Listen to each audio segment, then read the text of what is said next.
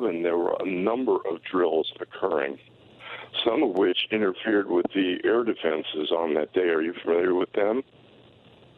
Tom, where do you go to read up on these issues? No. What you reading for?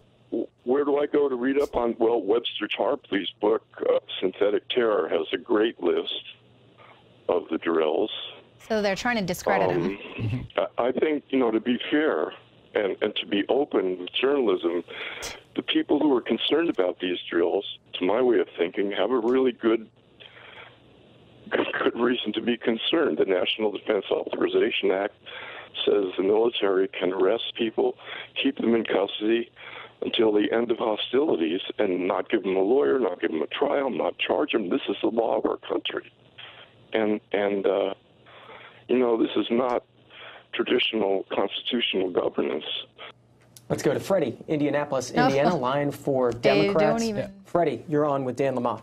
I left this part in here just to show that they don't even answer his questions. They just go to the next caller. And they basically just try to discredit him by saying, oh, where do you go to get your news from? Because if it's not on the mainstream media, because Lord knows we're not going to cover it, we're not going to do due diligence, and if there's enough of noise from the community to demand that we cover this stuff, all we're going to do is attack the people who are talking And about did you see the writer's face? He's like... Yeah, he was like... he almost started to go there about the 9/11. Oh my gosh, maybe I'm not as well read as I thought. Maybe I don't know everything. Let's look at some of the claims he made. Let's go to President Reagan at first. Here's from the Houston Post. Reagan wounded. Bush's son was to dine with suspect's brother. And there's a whole here's a link of Vox FUX News. The Bush-Hinckley Connection archive, and it just goes Associated Press. Bush son had dinner plans with Hinckley brother before shooting. Previous Houston reports link suspect with the Bushes. Didn't he have the guy's phone number in his pocket, right? Well, no, that was actually Barry Seal when he was killed. Oh. He had George Bush's home phone number in his pocket. That's a drug dealer. This is the assassin, the attempted assassin of President Reagan. Which would have made George Bush president. Yes, I know. There's a lot of things he's got his hand on a lot of pies. Family destroyed by assassin's attempt. So all these talk about, I think it's Marvin Bush was meeting with him, was one of the Bushes, one of the Bush sons. No, Neil Bush. I'm sorry, Neil Bush. And it was all about an oil deal. And actually the Hinkleys had a big oil deal going, and they're about to get fined. Well, and after this shooting, nothing happened. But here's some Webster Tarpley's book. Back at the White House, the principal cabinet officers had assembled in the Situation Room and had been running crisis management committee during the afternoon. Haig, that's Alexander Haig, says he was at first adamant that a conspiracy, if discovered, should be ruthlessly exposed. It was essential that we get the facts and publish them quickly. Rumor must not be allowed to breed into tragedy. And I'm going to move down a bit. Defense Secretary Caspar Weinberger's memoir noted that the afternoon reminds us of two highly relevant facts. The first is that NORAD exercise simulated an incoming missile attack had been planned for the next day. Weinberger agreed with General David Jones, the chairman of the Joint Chiefs of Staff, that this exercise should be canceled. Weinberger also recalls that the group in the Situation Room was informed by James Baker that there had been a FEMA exercise scheduled for the next day on presidential succession with the general title 9 Lives. By immediate consensus, it was agreed that this exercise should also be canceled. And this was from a 1992 book by Tarpley, The Attempted Coup d'etat, March 30th, 1981, which is when President Reagan was shot. So there you have a FEMA exercise being run of presidential succession. It's supposed to be run the day after he gets shot. So somebody obviously knew that that was coming on. What's the coincidence? Oh, wow. I mean, come on. Really? Yeah. He's the first president to be shot since Kennedy. Right. I mean, what are the odds? It's 1 billion and 500 million NORAD to 1. running the drills of terrorists. Well, and then you've got September 11th. NORAD had drills of jets being used as weapons. Right. And this was in USA Today. At the same time. Well, they had been running it years before. And then you have Condi Rice getting up saying we had never thought about this happening. Well, NORAD's been running drills for years. And then the day of 9/11, they're running Operation Vigilant Guard. Right. So. No. And it's like we know all of this, but that's the thing is that we have, we have these mainstream media experts saying, where do you get your news? And we've been told not to report on that at all, not to do our own due diligence. So we're just going to make. I'm sorry, I was wrong. Like it was Vigilant Guardian and Global Guardian. Those were the NORAD exercises that were being run on 9/11.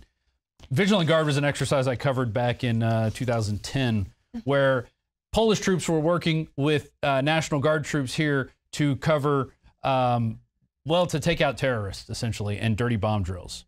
So really, I mean, who knows what's going to happen? But they are quite aware that we are all aware. We are going to definitely hold them accountable. And clearly, we have a lot of callers out there who are not afraid to call right into C-SPAN and get in their face and attempt to demand some facts. But exactly. Just that's the whole reason why Jones didn't want to go on a pre-recorded where they would edit things out and take them out of context. Yeah, exactly. So this last caller is a veteran who is in Vietnam, and he said, look, when we go into training, they take us to a base and we train for wherever we're going.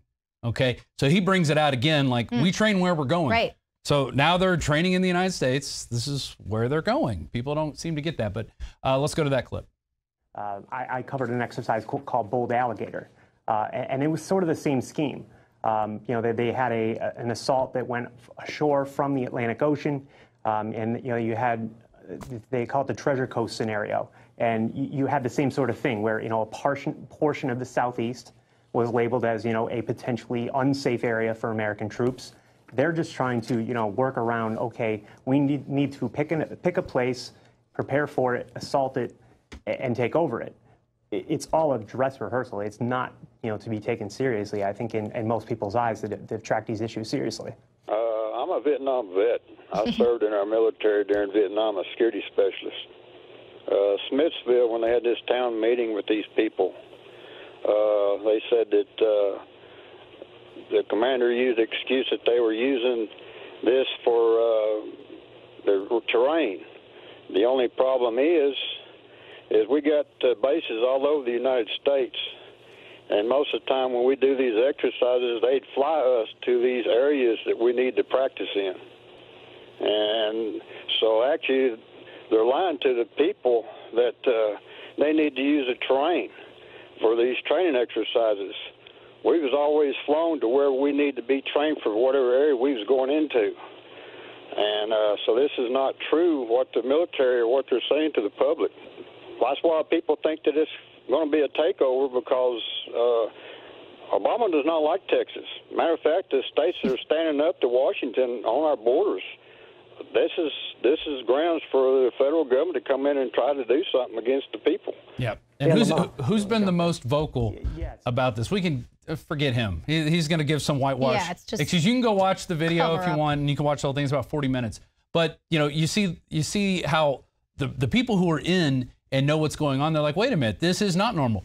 We were sent the Jade Helm spreadsheet, those slides. We were sent those by a veteran who said this is not normal. Right. This veteran sees it. It's not normal. This is not normal. And when they sit there and go, oh, if we do this all the time, they really don't. Yeah, and that we have all, you know, and I am not a veteran, but even to myself, I can say it's not normal why would you train amongst the American people if you're going overseas to a country where an American soldier is going to stand out in another country. And so that's kind of the thing, just bringing this back around. You know, we have almost half of people believing that this does have something to do with a federal takeover. But just look at, you know, the first thing Sharpton said, right coming out of the Ferguson we need more federal government. And the Baltimore, yes, yeah. He'd take over the police, federalization of the police. And I mean, it is that. But it's really more about the plan behind it, which is mastering the human domain. And that's why they want to be out amongst the people, see what kind of a response they get. And it's all part of their simulation that they're working on so that they can know what's going on in real time. And again, we see it's not about fighting terrorists overseas. It's about controlling the American people. And that returning vets are the enemy. As we go out to break, I know we got David Knight coming up next. Let's go to that C-SPAN clip that shows the colonel from, I'm sorry, it was a Colonel Potosik from last week. He has no idea about Jade Helm. He's never heard of it. And then I guess we got, what, David Knight coming up next? Yes, David Knight is going to be speaking with, I believe, the producer of an upcoming film that Alex Jones stars in. And he actually gets the opportunity to not play an Alex Jones-esque character. I believe that he's actually going to get to play one of these evil senators that he's always fighting against. To spy on you. I wanted to alert our citizens and to get an explanation, if we could, for an exciting military training called Jade Helm 15. which is all over the internet. I guess it involves 10 states, and there's going to be civilians participating in towns like Big Spring, Texas. Could you explain the magnitude of that and what the purpose of that is? And apparently you're going to have crisis actors, and there are going to be soldiers dressed in uniform and not in uniform, and apparently it's very exciting. Could you explain that to us? Thank you very much. Unfortunately, it's not something that I'm familiar with, so I can't really explain that. But I do know that those type of things are things that we do here, where we get our soldiers the opportunity to work within an environment where there are civilians and soldiers. As a matter of fact, one of the things I could talk about is that, unfortunately, I just don't know about that particular exercise. I see nothing. I know nothing. The Army's plan for a multi-state training exercise this summer called Jade Helm 15. While the military says it's just training soldiers for the realities of war, critics say the Army is preparing for modern-day martial law. Some are calling it a Texas takeover. What's happening is between July and September, a bunch of Green Berets, Navy SEALs, and Special Ops from the Air Force and Marines are conducting some realistic training exercises across the Southwest, including 17 different Texas cities. Again, I'm sorry, I'm just not familiar with that exercise. Oh, I see nothing. I was not here. I did not even get up this morning.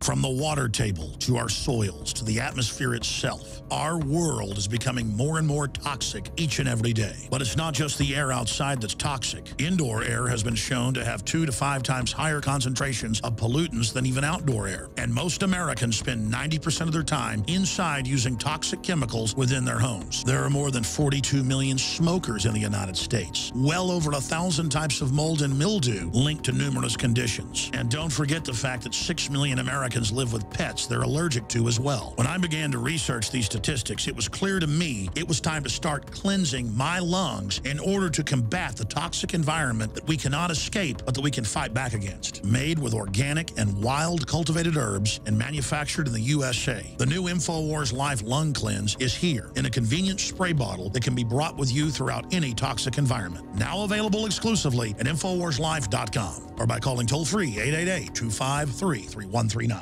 For all of recorded history, civilizations around the world praised the health benefits of silver. At INFOWARS Life, our mission is to bring you the highest quality, purest, cleanest, effective colloidal silver on the market today for the lowest price available. When it comes to you and your family's health, INFOWARSLife.com is very excited to announce our biggest run yet of Silver Bullet colloidal silver, exclusively available at INFOWARSLife.com. Now, INFOWARSLife.com has taken colloidal silver to the next level using a cutting-edge technique that is free of toxic artificial additives. Now more than ever, it's important to stock up on high-quality Silver Bullet from INFOWARSLife.com and to help others during Christmas by teaching them about the powerful benefits of silver. Secure your Silver Bullet today at INFOWARSLife.com or by calling toll-free 888-253-3139.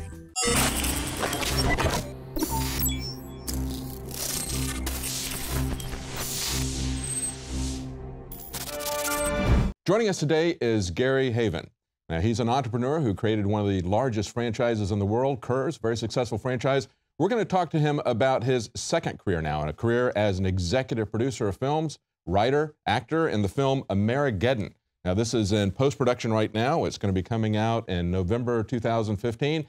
And Alex Jones is in it, really kind of playing against type. He's playing a corrupt big government senator who's kind of your nemesis in this. Interesting to see him playing that kind of a role. Yeah, the movie opens up with a scene in front of a Senate hearing. And I'm the star and the entrepreneur that sees this thing coming. And I'm challenging the government to act. And Alex plays the evil senator, my nemesis. And I told Alex today that he was particularly evil. Yeah, well, you know, he's watched them for so long, he really knows what they look like. So even though he's playing against type, you know, he certainly does know the type. Now, of course, it's being directed by Chuck Norris's son, Mike Norris.